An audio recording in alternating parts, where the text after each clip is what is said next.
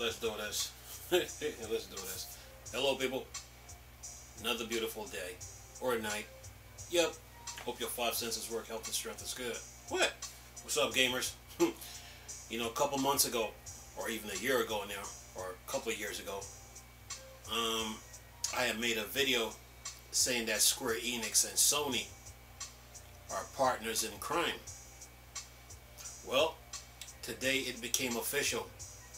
Square Enix and Sony are partners in crime. Remember, when Nintendo had the fallout with Square Enix, with Square, before Enix joined Square, because Enix was by themselves making Dragon Quest.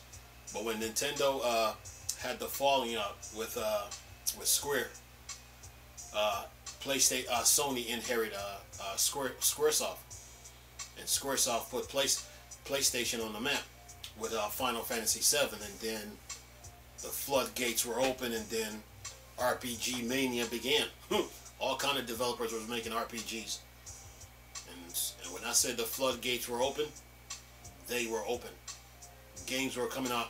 For every one game Nintendo was dropping, PlayStation 1 was dropping like 8 or 10. That's how bad it was. So anyway, you know, Sony and Square been partners since day one, but now it's even more stronger now. Enix was by themselves making Dragon Quest, but now Enix and Square merged, so now they're known as Square Enix. Okay, so anyway, Sony partnership with Square Enix now has been solidified. Listen to this. Square Enix indicates it will continue making exclusivity deals with PlayStation. Remember, I told you months ago, when I was just trying to get the feel for YouTube, I was telling you that Squaresoft, now known as Square Enix, Square and Sony are like this. And I told you that they were partners in crime. Remember? But now today it became official. Listen to this though. It says here, Square Enix indicates it will continue making exclusivity deals with PlayStation. Square Enix management indicate it will continue the current multi-platform strategy that it has established, which includes PlayStation exclusivity.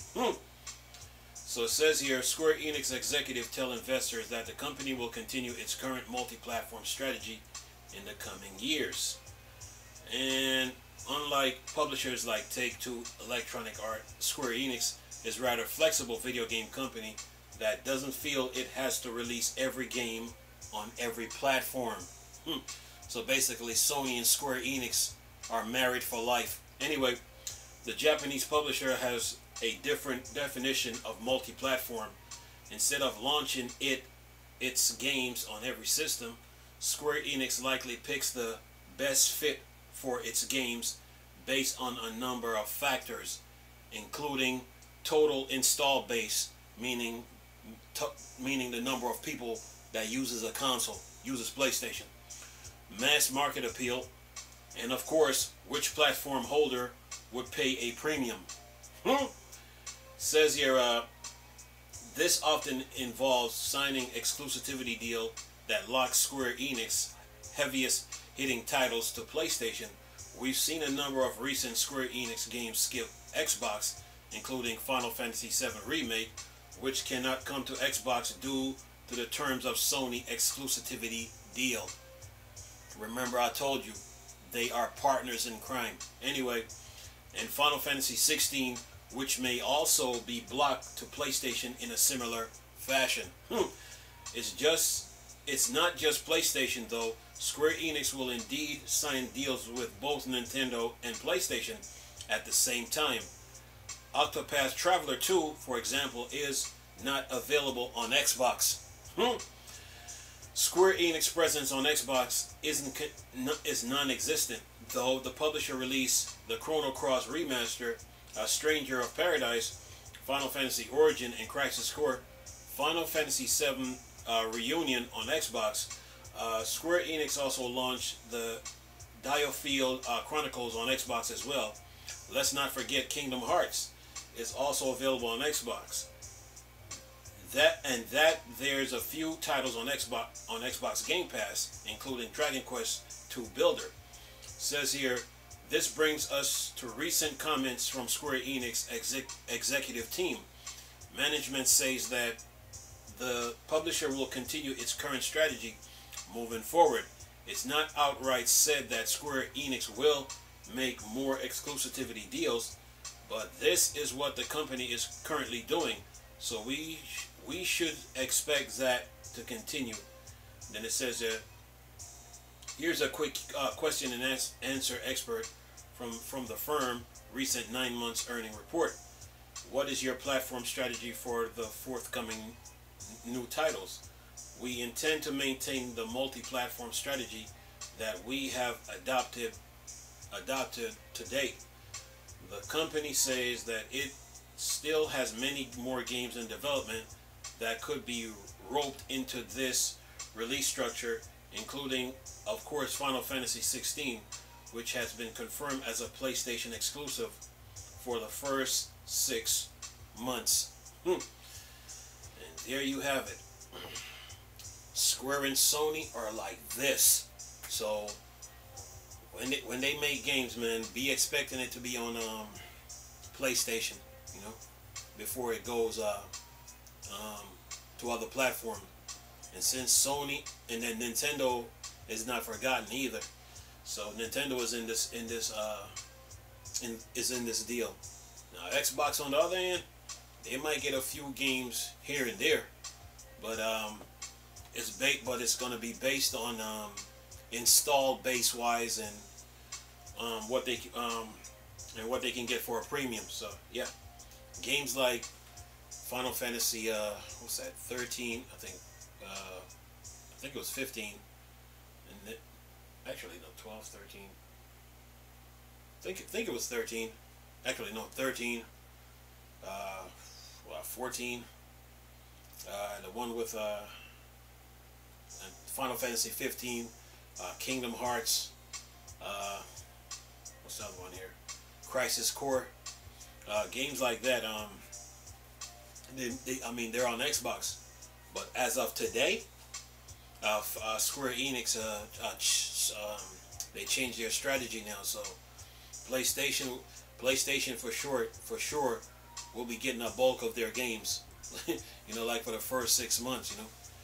You know, some will stay exclusive to PlayStation, like Final Fantasy 7. Final Fantasy 7 will stay exclusive to PlayStation because I think there's like three parts that they're making. So all 3 chapters, since Final Fantasy 7 had 3 discs, they're making like 3 chapters out the entire Final Fantasy 7. So going forward, you know, Final Fantasy 7 will be on PlayStation. That's exclusive to PlayStation, and we get the story behind it. But going forward now, you know, it's based on now install base and what they can get for a premium.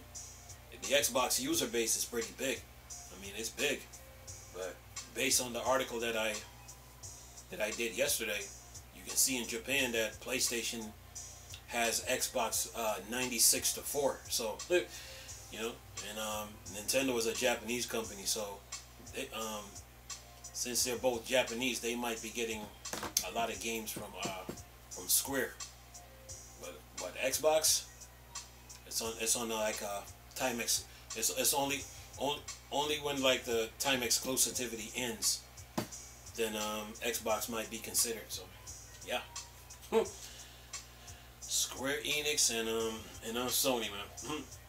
And remember, Square just cleaned the house too, because they try to blame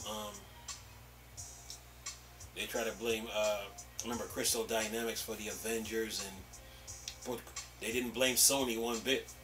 they blamed Crystal Dynamics, and they got rid of the studios that they had that they were publishing games for. So they did some reorganizing, and now the new strategy that they involved now, that's involved now, it's going to be time exclusive. So yeah, Sony and Square are like this. Okay, they're married for life. You best believe it. Yeah, and you got to blame Nintendo for that though.